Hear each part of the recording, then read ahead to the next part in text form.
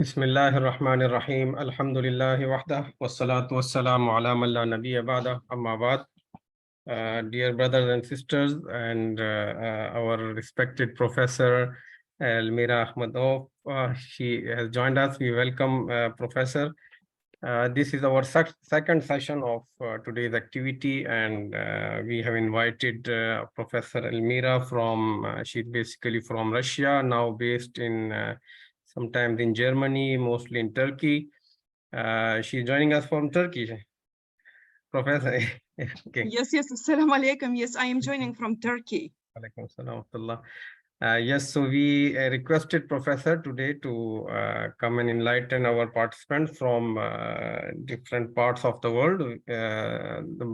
Today the participation is a bit low because most of the participants from Africa, they are busy now in their Jummah prayers at this moment.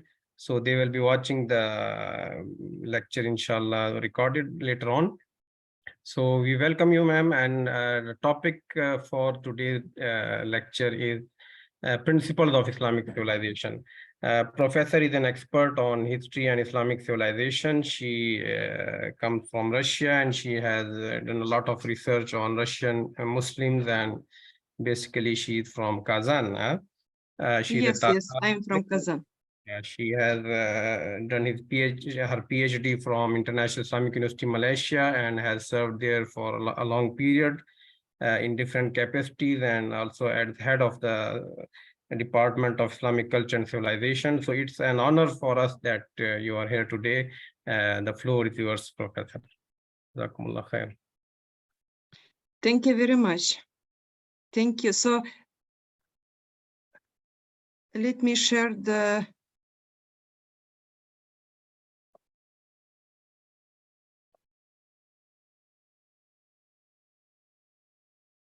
okay, so you can see, right, what I am sharing. Yes, now it's fine. Okay, Bismillahir Rahmanir Rahim. Assalamu alaikum, everyone. So I am very happy for this invitation. Usually in these days, I am trying to reject all the invitations, but when our brother Ihsan wrote to me, I said, yes, it is because, you know, when I saw that the different people, especially the young people and educated people from all over the Muslim world who are interested in knowing about what is happening in the Muslim world, what are who are thinking, who are engaged in such kind of the philosophical, epistemological, and other ideas, who have some kind of who are thinking about the prospects of the Islam and Muslims and entire humanity. I became very much interested in taking part. But what I am going to speak today, maybe I'm going to speak about Islamic civilization. I think this Islamic civilization is the most known the information to us about what did happen in or the Islamic past or the Muslim history, because we know about how the first robotics were invented during the Seljuk dynasty time by the Jazari or the other things like the flying machines. We are all excited about it. And all of us, we are trying, we are trying to always to romanticize such kind of the inventions and trying to be happy that we once in our history, we were doing such kind of the contributions. Today, I am not going to talk about such kind of things about the details or the elements of how the mathematics, for example, was developing or engineering was developing during Islamic civilization time, but I am trying to look at Islamic civilization from a different approach, which is through the seeing, through the envisaging the main principles of it. Main principles. This means how it was different from other civilizations, because, we always try to say Islamic civilization is different because it was totally different. This is our main idea. We try to see it always totally different, something like we started everything from zero. We did everything, and it's why we are too much romanticizing it, and we are trying to bring such kind of the glorious days the back to the modern times. So it's why we have to really realize the place of these developments in the world history. I mean, then we can see what was the responsibility, what was the role of the Muslims, and how we are continuing this one, and also how we can make better job in our future. It's why I just wanted, I mean, I started talking about the principles of Islamic civilization in summer schools, especially in the regions of the post-Soviet era, post-Soviet region, like in summer school. So today also I decided to speak about this main principle, just try to summarize, to share it with you, because I summarize some of them, maybe some of them are missing, because sometimes, you know, when we are focusing on such specific things, some very important parts might be missed, but these are what I summarize so far about Islamic civilization. So why principles are very important? I'm going to share all the slides with you later. It's you can get the information about, I mean, all the ideas later, inshallah, from me. So why it is important? Because it is, as I said, it is to realize the common features and differences with other civilizations and sets of cultures and value system, and also to understand it's the main drives, forces and impact on humanity, and also some kind of the prospects and other areas. So let me start from talking from the principles one by one. And the first, the most important, the principle for me, principle of Islamic civilization, that it was based on the religion of Islam and Tawheed. Because you know, later I will mention about it. Islamic civilization, or civilization here, is usually I am talking about the material and non-material, or the value system or cultural developments. But whatever were the advantages during that time, everything was based on Tawheed. This is the main difference. And also we have other civilization also based on religion, which is the Hindu Valley civilization, on especially the Vedas, Veda civilization, Vedic civilization, because Vedic civilization in Indian subcontinent was also based on the Vedas, which were the sacred books of the Hinduism we have. But here we are talking about Tawheed. Actually, there are different ideas that none of the civilization might be started without any inspiration or ilham, such kind of ilham coming from God, or sometimes some kind of the ideologies. These are most important things for the motivation of people. But here, when we are talking about Islamic civilization, all value system, entire lifestyle, foundations of different social, educational, political, and many welfare, and many other institutions, rulership, and also the social fabric, everything was based on Tawheed. So Tawheed was central always here. And because time is very short, I am just moving to the second one. What is very important for me, what I always pay attention when I discuss about Islamic civilization, that whatever Muslims were doing, it might be some kind of inventions, for example, or contributing to the welfare of people. All the time they considered every contribution as a part of worshiping, as a part, or ibadah. It is why, you know, that we have polymaths in during Islamic civilization time, like Ibn Sina, for example, or Ibn Khaldun, or Al-Farabi. They were, most of them, they were excellent. They were the experts in fiqh or tafsir. And at the same time, they were doing some kind of what we call today the secular, subject, but none of them considered the natural sciences, it might be, or some kind of social science as a secular. Everything was embedded within the religious, the framework, and everything was considered ibadah. Whatever they were doing, they were inspired by religion and accepting it as a ibadah. Not only the fiqh issues, but everything. So this is what I am observing in the history of Islam, or the contributions of Muslims to science and scholarship. And usually when we are talking about the nature of the religion of Islam, we will pay attention to the main foundations, like always we say Islamic civilization was an egalitarian civilization, because religion of Islam is egalitarian. And this is one of the concepts for us. It's why we always talk about equality of people. There is not a preference of one nation or the race over the other in Islam, or even based on the religious belief. There are a letter I will mention about it. It does not mean, in my understanding, that following different religions, it does not limit, it did not limit opportunities for people to contribute to Islamic civilization. And we can see it clearly from many contributions later I will mention about it. And the unity and respect and dignity everyone, and respect towards everyone, including women. And because, you know, at the moment, why I am rejecting all the offers to give talks now online, because I am writing a book about the contribution of Muslim women to science. I'm writing the book, and so since I needed a lot of information, I collected a lot of information, tried to find some information about how women were contributing.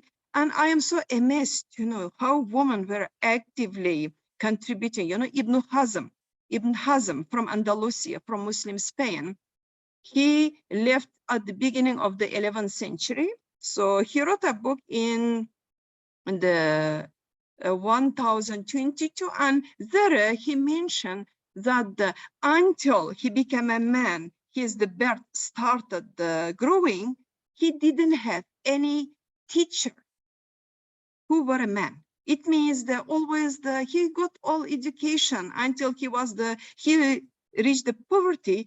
He got all information, all knowledge from women, and became very respectful and polymath started from that time. So this is amazing, because such kind of the details we don't think about it. How it was the Islamic civilization was, for example, the glorious, because not only the half of society who are men were contributing to such kind of the scientific developments. I'm not talking about contribution in the inside of the family here, but the higher level as the intellectual contribution.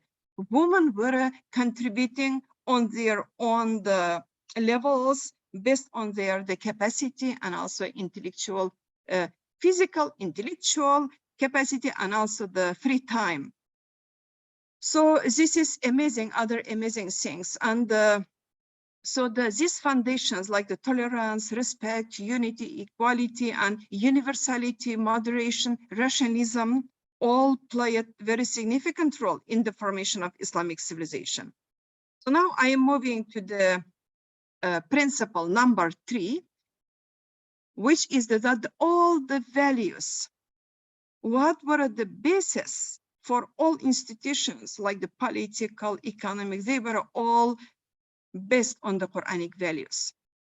So it is why we always confuse, you know, in the ideology of secularism. So when we are taking secularism in the Western concept, in the European concept, we are always saying that the secularism was needed for the West because they had they needed separation, but always we say we don't need it. We don't need such kind of separation, because Islam is not exactly the same system like Christianity. So I am talking about this one here, because all the times is all the worldly, we can say it worldly, because in Islam there was no worldly, because the Muslims were living not only for hereafter, they must live for this life too. It's why the Quran was revealed to them as a guide to live in this life properly, in order to achieve hereafter what they wanted to achieve. but all this guidance is for this life. It's why they understood it very well, and they were always basing such kind of the institutions on the Quranic values. So the Islam and its principles and values encompassed all aspects of human life, society, and state. But here also we have to be not too much romanticized also in this case also, because here we have to also remember that not only the Quranic values, but also the customary, some customs were also influencing the societal institutions, but still they were always infiltrated through the filter of Islam and the Quranic values. If you have any question, if what I am saying here is not clear, we can discuss it later. And you can type your question or in the chat, or you can ask later from me. And here I'm just showing to you one example. This is the concept of authority in Islam. So here I am talking about the Ottoman saying that this from the Ottoman state, which was the most surviving the caliphate or the sultanate in the Muslim world. And they had this saying, everything is dedicated to the dawlat, and dawlat is dedicated to the well-being of the people. So from here, it is very, when we are looking at the history in the past, we always, especially when we are discussing about kingdoms, empires, and also sultanates, always we have such kind of the feeling that the royalty and the dynasties were not they were very isolated or from the public. But here, this is the saying, what is the very popular until today, these are the saying is totally shows to us that how these governments were always dedicating the well-being of people, which is the main concept of authority in Islam. Because why we need authority? Why Muhammad Sallallahu Alaihi Wasallam needed to have society and also the state? For the well-being of people, for stability, for protection. And these were all continued and still continues. And these are not specific to Islam. All these the principles. These are general, universal, like even the accountability of the governments, bringing justice, equality to people.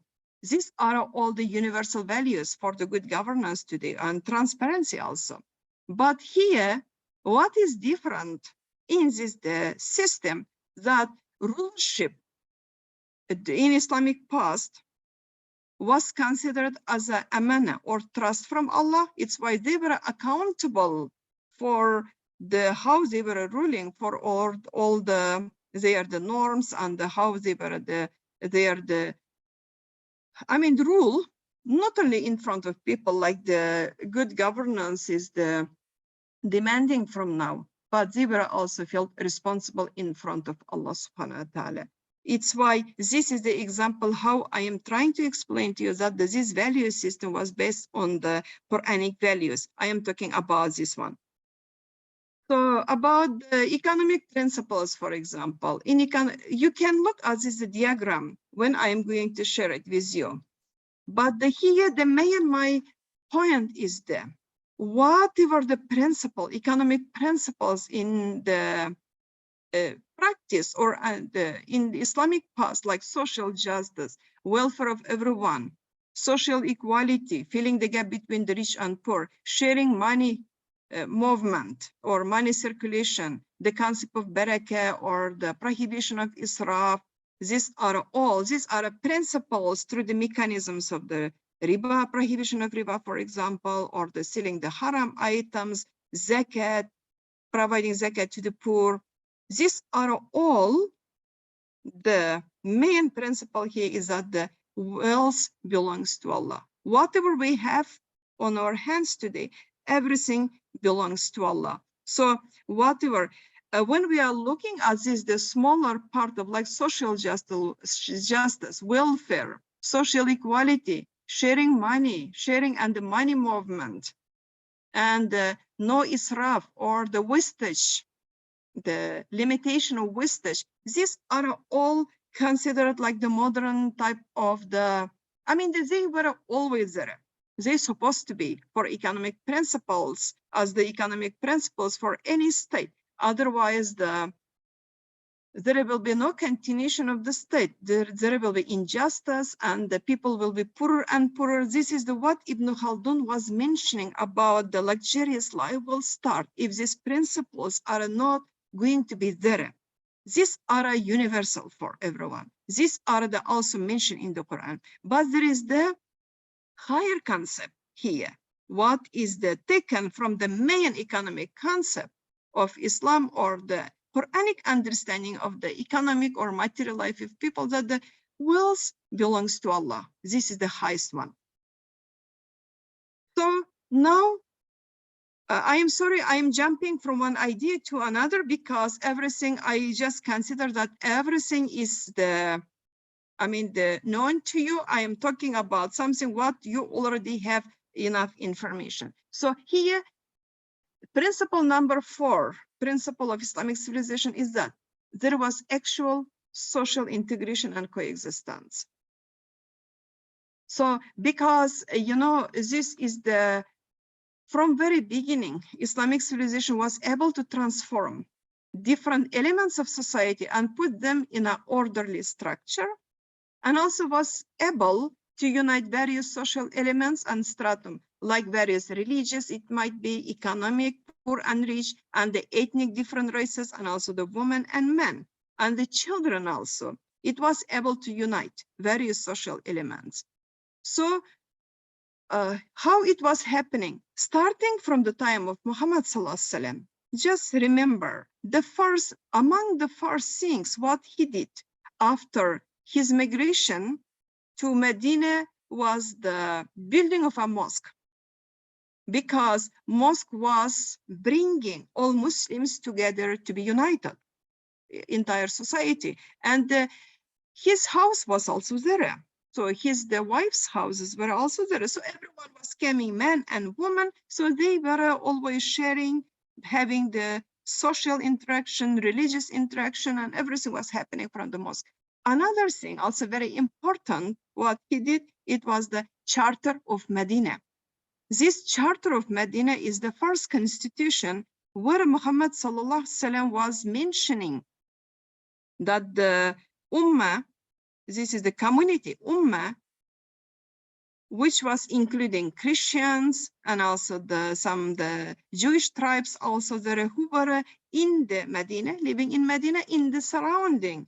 This was some kind of constitution for protecting each other, defending Medina, and also supporting each other. And so here, when we are talking today about Ummah, we are talking always about the Muslim, or Ummah, Muslims only. But when we look at the time of Muhammad Sallallahu Alaihi Wasallam, it was including everyone who wanted to be citizen of his state, who wanted to be, because they were assigning also there as a tribe, not as an individual, because as a tribal society was the basis for the social fabric at that time. So it is why when we are looking at any state, any Muslim, I am talking about the political ones here, any state, any society, they were always multi-ethnic and multi-religious. And the Muslim Spain was the declining, and after the fall of the Granada, Muslims and the Jews also, because Jews were having very high, they were having very high intellectual society in Muslim Spain, in different states at the later stage. And also they were very wealthy because they were also the practicing, they were the traders there. After that, when the Granada fell, this was the portion what remained from the Andalusia, from Muslim Spain. Muslims and the Jews were given at the beginning, they were having almost 100 years, they were ignored, but later they were given possibility to convert into Christianity or just to leave the place, their land. So during this time, all Jews were moving to the Muslim lands. Writing the Ottoman sultans were helping them. It was happening during the Salim second time, and they were helping them that they will be migrated to the North Africa, because North Africa was the part of the Ottoman Sultanate at that time. So, and they continue the prosperous lives there. Nobody was mentioning what is your religion. Nobody was asking. Nobody was worried. It's what is it's amazing for me. It's also shocking. Nobody was worried in the Ottoman Sultanate that the Christians or Jews or minorities are going to be majority and we are going to lose all the Muslim majority population. Nobody was worried about it. This is what we are worried today in our nation states. We always try to keep our minorities isolated, marginalized, and also in a very weak position economically and also intellectually, but it did not happen during that time in the historical past. For example, when the Fatih Mehmed II was conquesting the Constantinople, after getting Constantinople, the main population of the Ottoman Sultanate, because the Constantinople was coming with this territory, and the majority of population were Christians, and non-Muslim population of the Ottoman Sultanate at that time in the 15th century became majority. So non-Muslims are majority in the Muslim rulership, and nobody was worried about it. Nobody was rushing in order to convert non-Muslims into Islam. This is what the difficulties we are having today. We are trying. We know that there is no any religious compulsion in Islam. At the same time, in order to be satisfied, we try to make everyone like us, exactly like us. This is the one of the lessons what I am getting from our past, or from what did happen in our past. And also non-Muslims they had the rights for education, to work as scholars, as the judges. Just the Al-Tabari, because Al-Tabari was also faqih jurist. We know him as a historian and also as a mufassir only, but he was a jurist, and he started the school, Tabariya school, it is the fiqh school, but it did not survive. It survived around 100 plus years only. And after that, it was came together with if I'm not mistaken, with the Hanafi mazhab. So he mentioned that if women are eligible, women, they don't have any restraint, any reason not to be qadi, not to be the judge. So such kind of, and it was happening, such kind of the attitude was happening until 12th, 13th centuries. And you can just read, about Baitul Hikmah, Andalusia, how these societies were all the examples of coexistence and also the social integration. So usually these are the two examples from the Ottoman time, like the Tanzimat. I'm starting from the latest one. This is what you know the most about the Tanzimat results. Tanzimat in the Ottoman Sultanate was happening starting from the 1839 until 1876. And here we know Tanzimat as a beginning of the looking towards Europe by Muslims, by Muslim rulership, because they started restructuring their society, and they started from that time. It is the sign of the dependency, the age of dependency in the Islamic history, not only civilization. Civilization was already dependent on others starting from the 16th century. This is the political one, political dependency. on the European institutions, European military training, European weaponry. So during this time, not only weaponry and also the legal system. From this time, the Ottomans started considering all citizens of the Sultanate as equals. It's why always the Muslims are considering this Tanzimat result something just very unique, very different, very foreign or alien to the Islamic culture, without thinking that before Tanzimat, starting from the Mehmed II or the Fatih time, they had a millet system. Just previously, I mentioned to you that during the Fatih time, the non-Muslims became majority. So how this Sultanate was handling the non-Muslim, the huge non-Muslim population, not by isolating, not by marginalizing them, but what they created a millet system. In this millet system, it was some kind of the religious community system. It's the autonomous system for the religious communities, that they are going to have their own ruler who is under the caliph and according to their religious rules. And also they are going to be responsible for their religious community. Like the Jews, all Jews are going to be under one rabbi. And this rabbi is responsible for well-being, education, economic structure, for everything. Like the ruler here, the governor is better than the ruler, but they are responsible, they are accountable in front of the caliph. So such kind of attitude was always happening there. But this millet system was something unique and something the creation of this Ottoman system. But it was really working, and no one considered themselves like the castaway until nationalism started.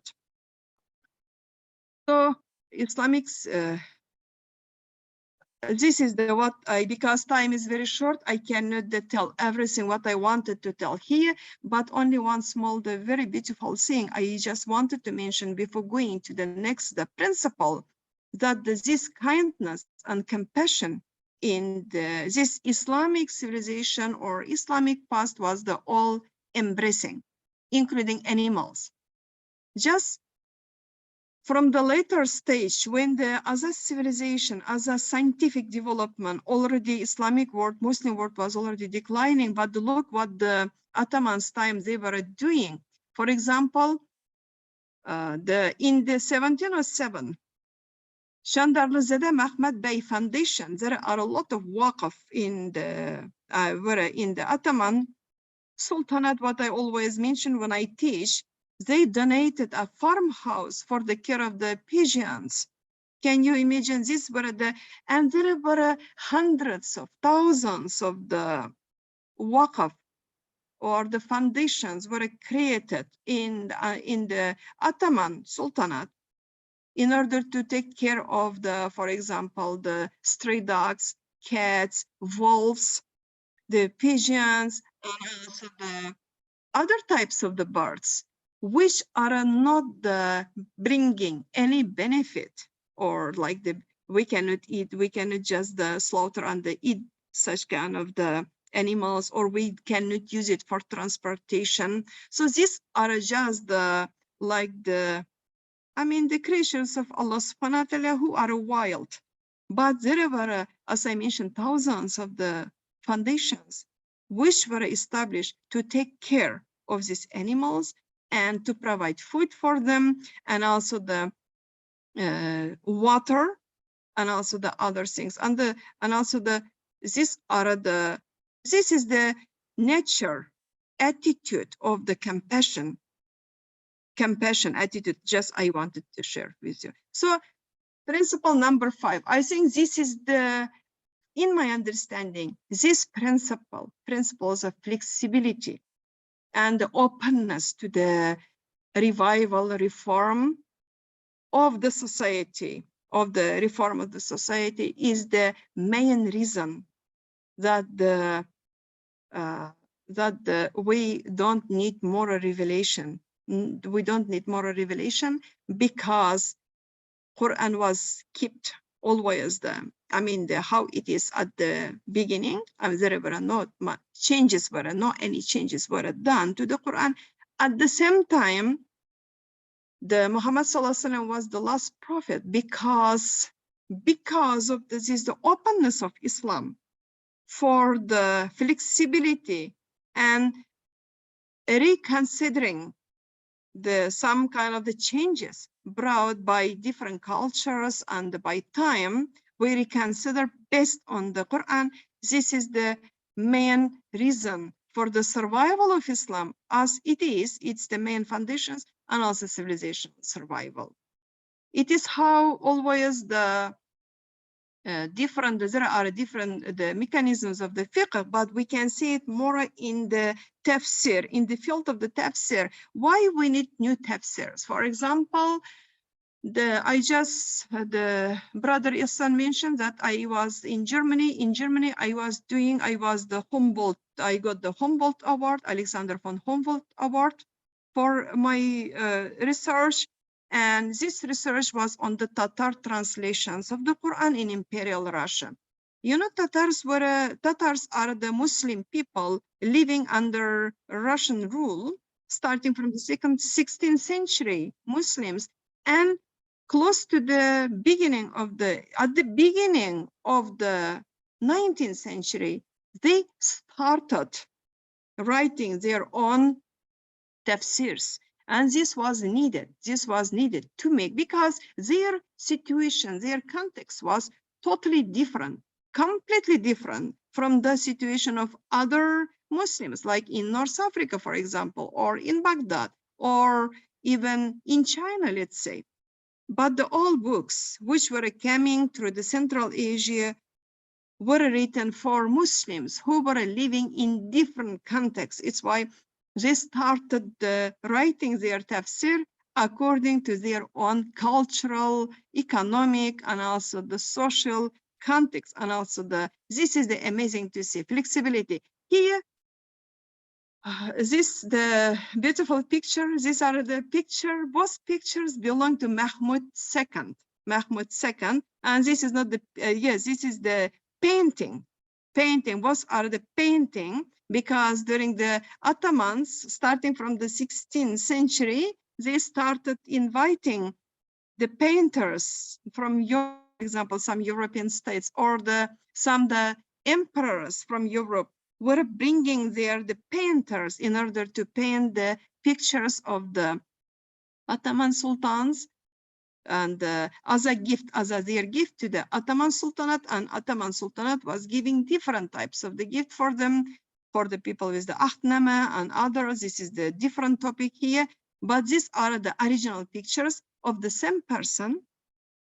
So this is in the turban, you can see big turban. This is the traditional Ottoman clothes. But Mahmud II, he was the 30th Sultan of the Ottomans. He did a reform, dress or the clothing reform in 1826. This is how he looks after that. So this is always there was the openness to the reforms, with keeping what is the basis, but the style and others cultural elements were always, customary elements were always open to the reforms and of the society. So principle number 6, I am just mentioning, this is the importance of the why Islamic civilization was reaching such kind of the very high level with different, huge innovations, which were really totally changing science and technology. And also there is in future very soon resulting different innovations in Europe during the Renaissance time, because attitude of Islam towards knowledge, because knowledge was compulsory for everyone. It's why, because Islam requires from everyone at least the basic ibadah, basic worshipping. In order to have the basic ibadah, at least you have to learn how to read Quran. This is the very basic. It's why all kids, all boys were sent, in most of the times, were sent to at least to the local madrasas to learn how to read and write. And traveling was always, even to learn, to hear one hadith. Do you remember when the hadiths of Muhammad Sallallahu Alaihi Wasallam were collected? In order to hear one hadith from one person, sometimes some of the Imam Bukhari, for example, he was going, walking, or sometimes traveling, we can say traveling hundreds of miles to that place. Scholars were always mobile for the sake of the knowledge. And this was not something unique for the certain people.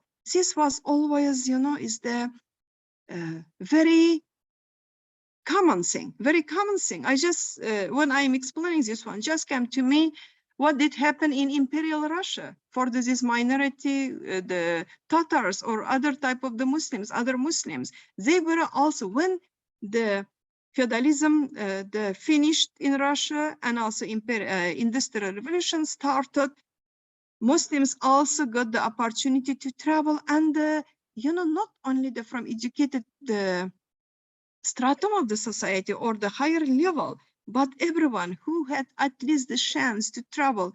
All population started moving from one village to another, or moving to the cities or to other places in order to get education. This was the mood of the society for the sake of knowledge at that time. So what we are seeing today everywhere today and in the entire world today, and it was happening for a long time ago. Then other thing is also one of the reason for the achieving such kind of the high level of civilization is attitude towards experimental method.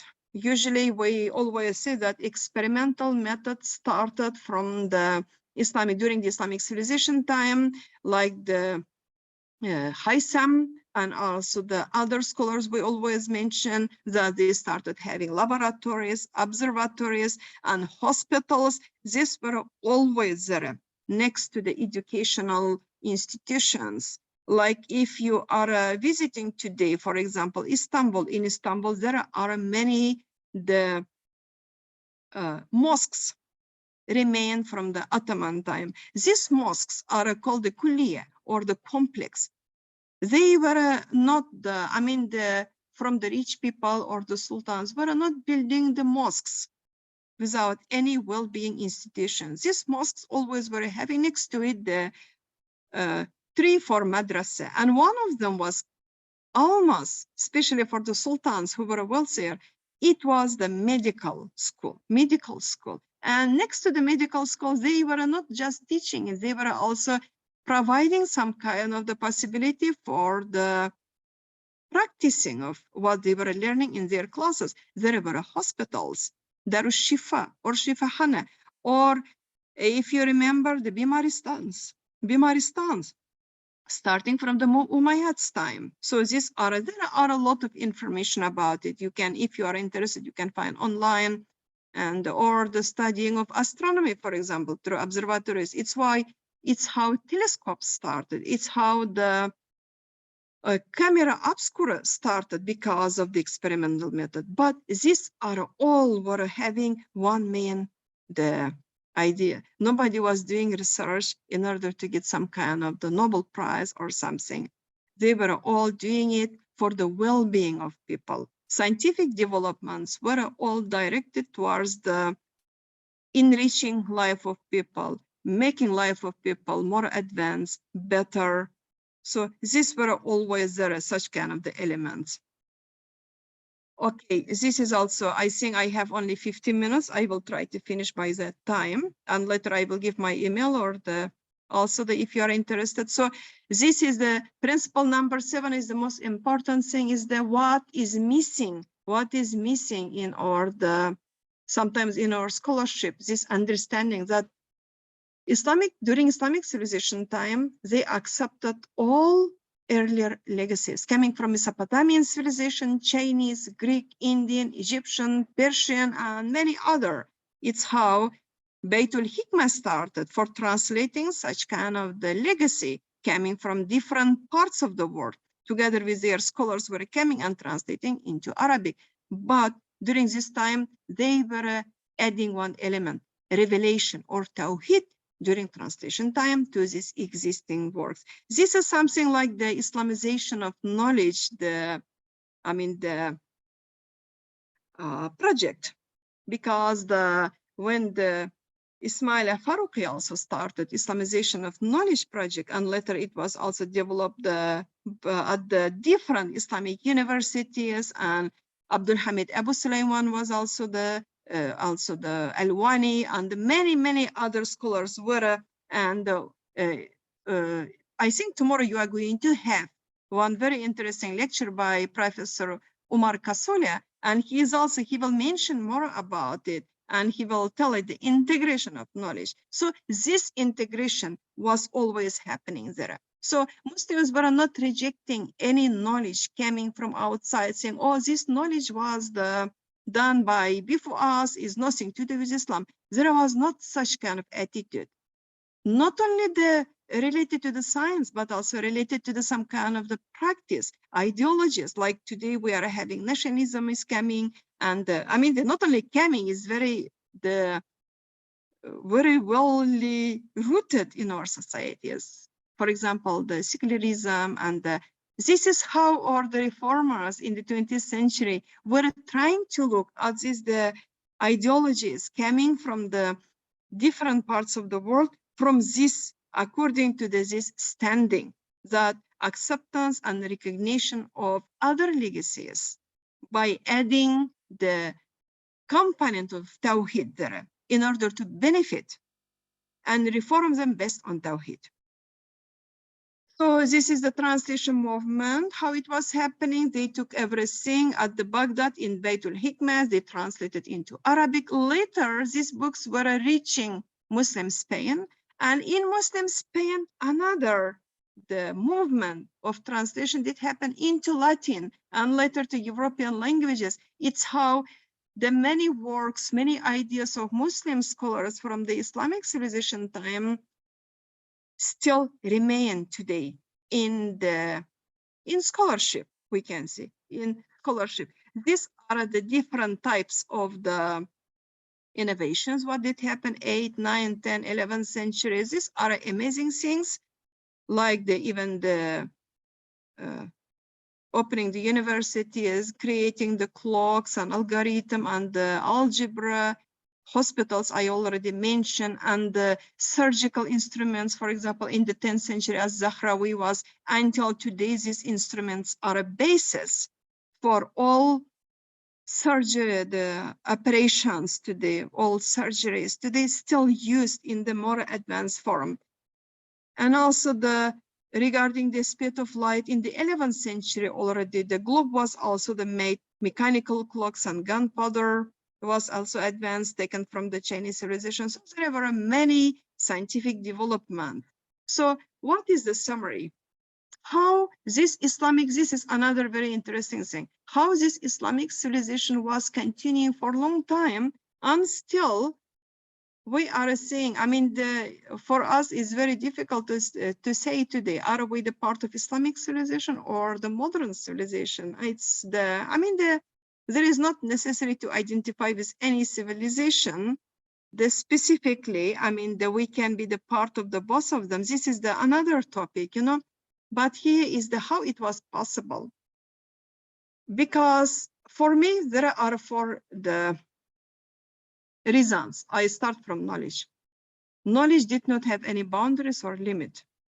So these scholars were free to move from one region to another, and they were recognized in everywhere. It's how they were always adding more knowledge, more experience to them. So all Muslim lands were free for people to move from one another. If they are not happy under one dynasty, for example, under the Fatimids, just bringing as an example, they were moving to Muslim Spain and they were living there. This is how Ibn Khaldun was traveling around from North Africa to Spain. From Spain, he went to Egypt. From Egypt, again, the state in North Africa. So how they were able to travel and get more education, and also each scholar excelled in multidisciplines and various fields at the same time. So the worldview was wider, and they were able to see everything, all knowledge as a whole, not as a small units, to do what is happening in our in realities. And many modern scholars in the Western world also paying attention to that one. Yes, we need to be good, excellent in one field, but it does not mean that other fields of the knowledge are close to us. I mean, they are not reachable to us. So Muslims were good in everything. It's why they were able to come out with the huge innovations, even 1-2 people, because they know the different disciplines. And also the contributors were from different ethnicities, race, and religion, because there was no discrimination, what I mentioned. And also, this scientific development and civilizational progress began at the early period of Islam. Just within 100 years after the coming of Islam, this development started due to the Islamic nature towards the progress and science. Here also continuation, universality, another principle. So this is the openness and the continuation universality, openness to other scholars. And also here, what is my main point? This all the Islamic civilization, this spirit haven't lost in the universe, we can say it, in this world, because the Muslims, one of the main contributors. Today, many scholars started highlighting is that the main contribution was the stimulating Christian scholars to discuss reason, faith, and it was the beginning of Renaissance in Europe. And later, Europeans also started having such kind of institutions. So this led to the scientific revolution and industrial revolution in Europe. It means there is, in this world, in one place or another, there is always some kind of the inspired community for this is the rahmah from Allah, I think, in order to develop the lifestyle of people, well-being of people, and to be the model or example for others. Like we can call them superpower, or we can call them the best nation. It's up to us. It's up to us. Up to, not us, up to these people, how they are showing themselves. But knowledge never dies. What the Muslims were having this inspiration for knowledge, and it moved to the other part, to Europe, because I just mentioned about translation activities in Muslim Spain. So, and not only Muslim Spain, later Christian states also in Toledo especially, it was no more Muslim rulership at that time, but Christians rulers were interested in translating all available books from Arabic into Latin and later to other languages. So this was happening, and later we can see the torch of leading in science and technology was taken by Europeans. But these are all the contributions. Later you will mention about, you will read about it for yourself, because I think I just wanted to keep some time for question and answer session. And thank you very much. I stop here. Thank you.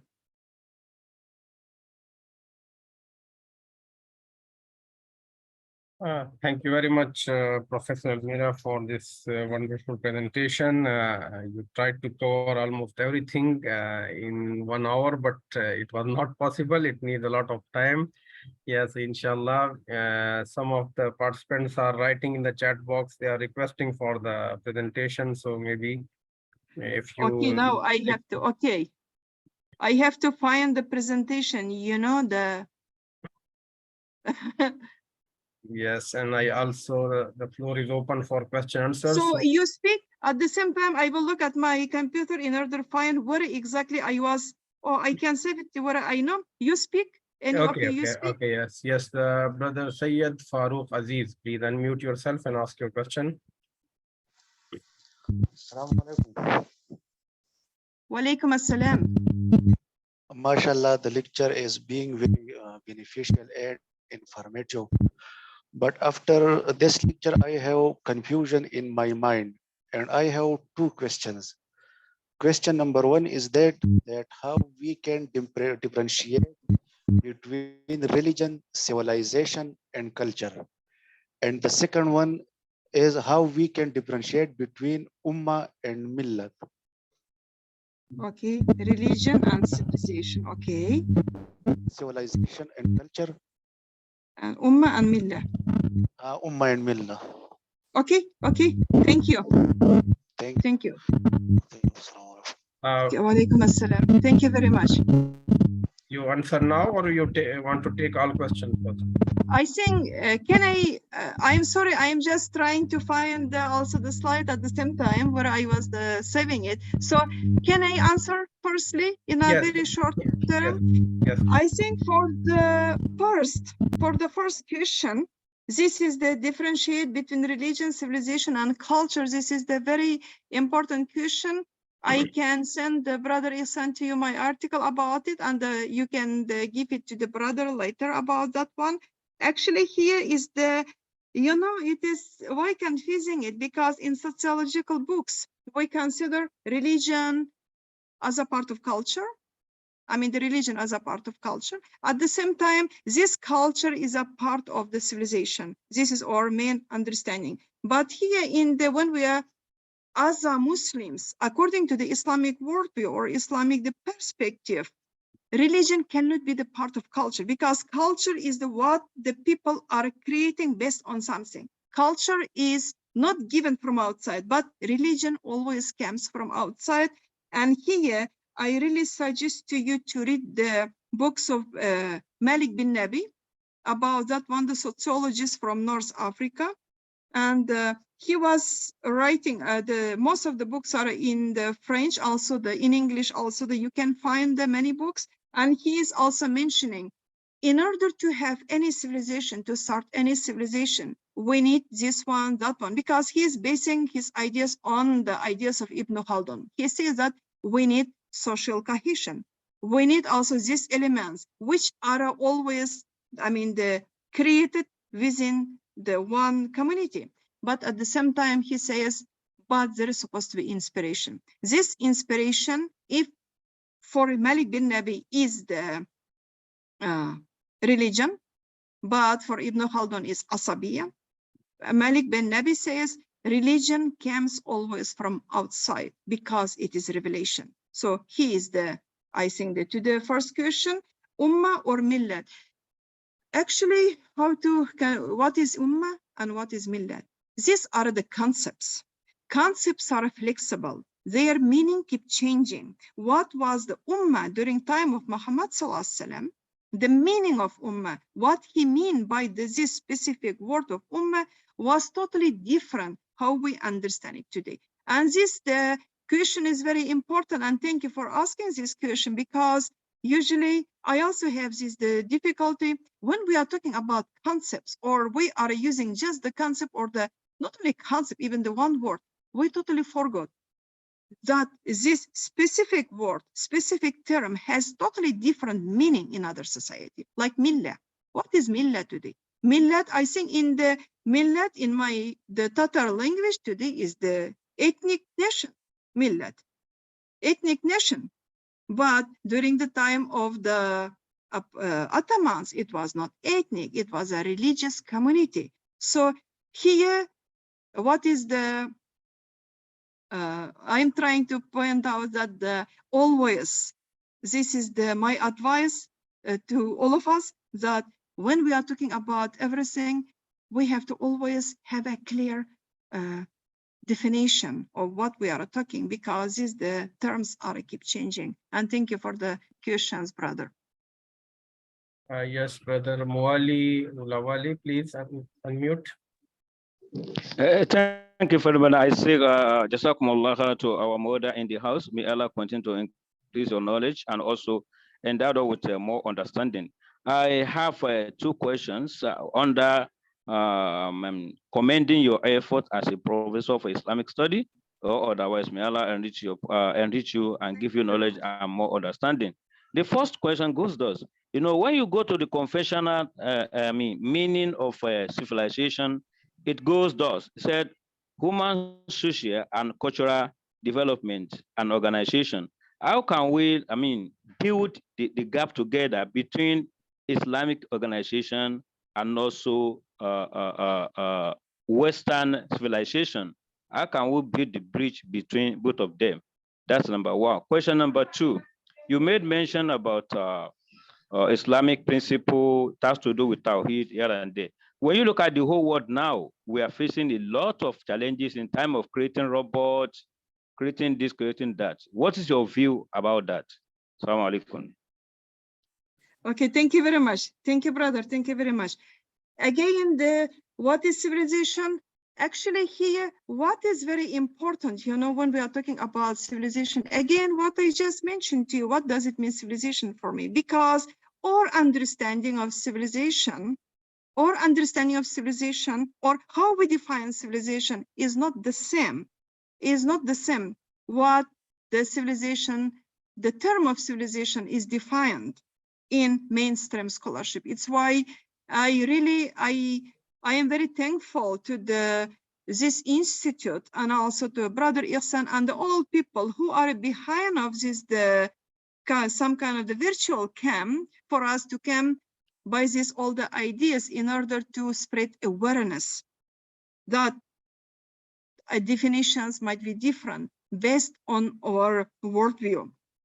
What is the confusing you is the based on the Islam comes from one side, because or the Islamic worldview at the same time the books are not based on the Islamic worldview. It's why these are confusing you. It's why we need more scholars among young people who are going to make such kind of what did happen in Baitul Hikmah to add the Tawhidic approach there. It's why IIIT tomorrow, Prof. Omar Kasulu will mention to you about all the translation works and other works. They are doing the great job by translating many works into different languages. And this is also your institute, Brother Ihsan, is also doing the same work. So this is the amazing job. These jobs are happening everywhere. So it is why what is the confusing here is just definition. What is a civilization, what is culture? And again, I am sharing my article. I cannot answer to this question immediately. Now, I just shared my slide. After that, I am finding my article. I mean, there is more information. And also you can read the works of Farid al-Attas, who was also writing about the definitions of civilization. I mean, it needs more lecture, it needs more explanation here. And the robotics, why you are so much worried about robotics? Because robotics are started being created by Muslims. Al-Jazari was creating first robotics, you know, during the Seljuks time in the room, in the Anatolian side of what is today around the Konya and other places. Civilization or scientific developments. Civilization here, again, I'm mentioning, civilization means all scientific, what is the material development, right? Scientific, technological, and also the intellectual developments and religious developments, all are coming together. So civilization is more the encompassing the bigger, the set of all these developments. And here he was creating the first robotics in order to help the sultans to take wudu. That the boy, like the 12-year-old boy, is standing there as a robot, and you can just look at it you can just Google after that, Al-Jazari. And this boy is giving when the sultan is taking wudu, giving the towel by its own.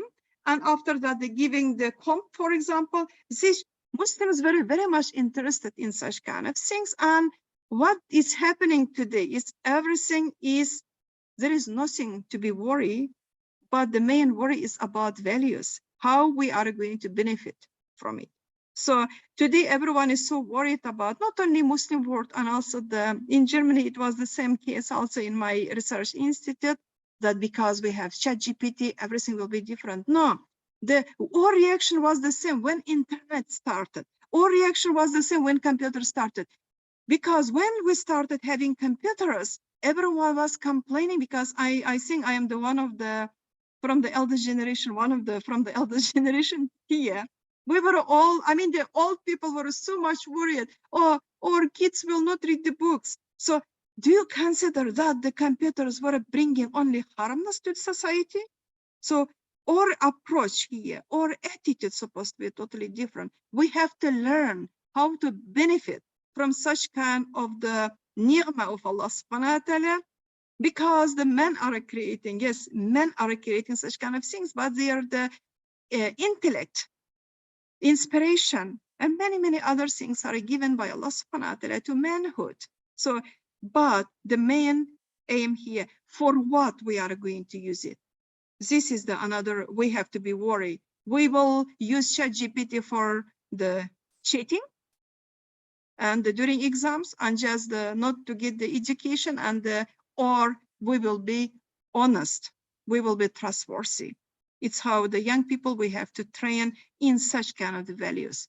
In my understanding, my personal understanding. Thank you for these very important questions. Yes, brother Mapirvi Ramadan. We also have Sister Leila from Serbia sitting there. Okay, no problem. So, brother Mapirvi Ramadan, please unmute yourself. And there is a question in the chat box I will ask later. Assalamu alaikum wa rahmatullahi wa barakatuh. Wa alaikum assalam. I really appreciate this wonderful presentation. I'm Mpire Ramadan, for Mbarara University of Science and Technology. I'm doing masters in pharmacognosy and natural medicine science, working with Al Hidayah, Uganda. So it has been a wonderful presentation. And this is the thing that we have been missing in our concept. The biggest ni'mah that Allah has ever given mankind is the ilm. Wallahi, you can wonder from Surat Ar-Rahman. Ar-Rahman allama al-Quran. Allama al-Quran. Ilm. Khalaq al-insan allamahu al-bayan. He taught the Quran, then created the man and taught him clarity, understanding concepts. Allamahu al-bayan. Before even talking about the Jannah, before anything else, you see ilm and its position. And Allah has really urged us to think. Now it zeroes us to these questions that they were asking about Islam and civilization, Western civilization. All that is Islam, because the Prophet says, Al-hikmatu dalatul mu'min anna wajadahu fahuwa ahaqqun nas bihi. So in fact it is Islam. And if you see the Quran, in wudu, Allah only brought one verse of wudu to summarize worship. The ayah of wudu is one. But when it comes to tafakkur wa tadabbur, there are more than 200 verses talking about tafakkur, tadabbur, afala yanzurun, those things. That is the area of science. So if we think that religion is only in the mosque, wudu, worship, we have actually zeroed it to only rituals of worship, but it is more than that. And that's why we see in the Salaf, the true Salaf, we see the civilization went high, Islam was high, worship was high, ibadat was high, science was high. Mathematics by people like algebra, you have talked about alchemy, where the first pharmacy was by Muslims. So this is the real Salafism. But this issue where we have reduced Islam to only mean Aqidah and Ibadah, as you see it being reflected in our universities today, all the subjects they teach in Sharia are only based on Aqidah and Ibadah. Even the tafsir of Quran is based on Aqidah and Ibadah. And people have ended up thinking that Islam is Aqidah and Ibadah. And even the definition they used to tell us before that, huwa Islam lillahi bitawhid wal inqiyadu lahu bitawhid wal khulus min ash-shirk, just explaining Aqidah concepts to be Islam. But Islam is a complete way of life. It ranges from the country into knowledge, civilization, into trade, getting money, jihad, da'wah, everything. So when we understand the universality of Islam and not locking it to mean only Aqidah, that's when we are going to understand the concept. Otherwise, I submit saying that if we don't understand Islam in this comprehensive way the Islamic civilization at the time of Iraq, where it was high in Baghdad, then we are not doing the true Salafism. We have actually left what Muhammad Sallam was doing in his mosque. It was a place where jihad was starting. It was a place for prayers. It was a place for delegations. It was everything. It was not just prayers. Totally agree, brother. Thank you very much. Barakallah. Barakallah. So this is amazing. You know, what you mentioned, what I wanted to say as a conclusion.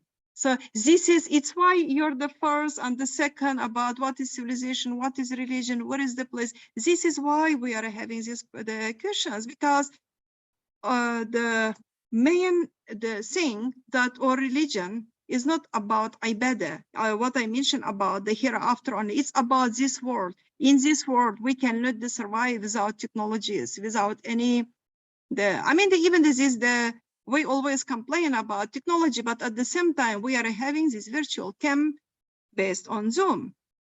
So we always complain, but we use it. We see its benefits, more benefits than other things.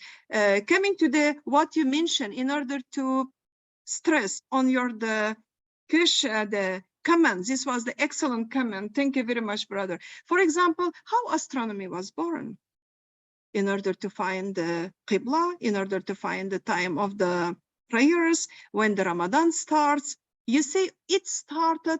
It's why I mentioned that all these scientific developments were considered as a part of Ibadah. There was no such kind of the separation between natural sciences, social sciences, and religious science. All were for the benefit of people. So it's why they were all compassed together, were mixed together, and there was no such kind of the separation of disciplines into this is the secular one, this is the religious one. It's why I don't like when we just say these are the natural sciences, these are secular sciences like the sociology. It's not secular. It is the part of our religion because we are human beings and our life, if we really say the Islam is the way of life, why we have to consider or study about the community as a secular. So it doesn't work in our totally. Another very important thing, what you mentioned, and it came to my mind about readings, 2 readings. Many scholars mention about 2 readings, but Zaman Said Nursi was also mentioning in a different, using the different terms here. So it is, as a Muslims, greatness of Allah subhanahu wa ta'ala about how to live in this life. As all humans, we guided not only by the Quran. There are a second reading. This is universe. If we are reading the Quran, it means reading Quran is always the highly recommended or compulsory to us up to the different fiqh, mazhabs here, reading of the Quran every day. Why we have to constrain from reading of the second book, which is all the world, universe, or the surrounding among us? These are all these beautiful things. Looking at the beautiful flowers, for example, how birds were flying, like Ibn Firnas understood it, like exactly what did happen in the 9th century in Muslim Spain. He was looking at the birds and he wanted to fly. 70 years old, 70 years old man. He wanted to fly. He made them fly in the wings by looking at the birds, and he was flying for 15 minutes. Of course, he broke his leg because he forgot to make the tail to him because he wanted to fly and he didn't want to land, but he did it. This is how we have to be.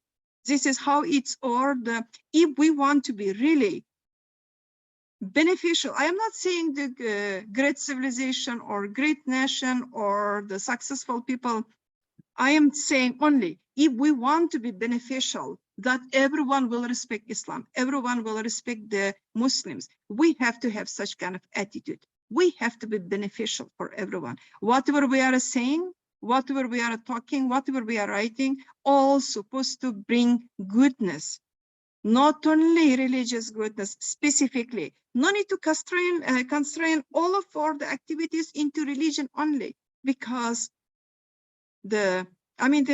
even the Quran is what your brother mentioned, that all the ayats related to the ibadah are less than what is written about the earlier nations, for example, taking lessons from the history. Thank you very much. Thank you.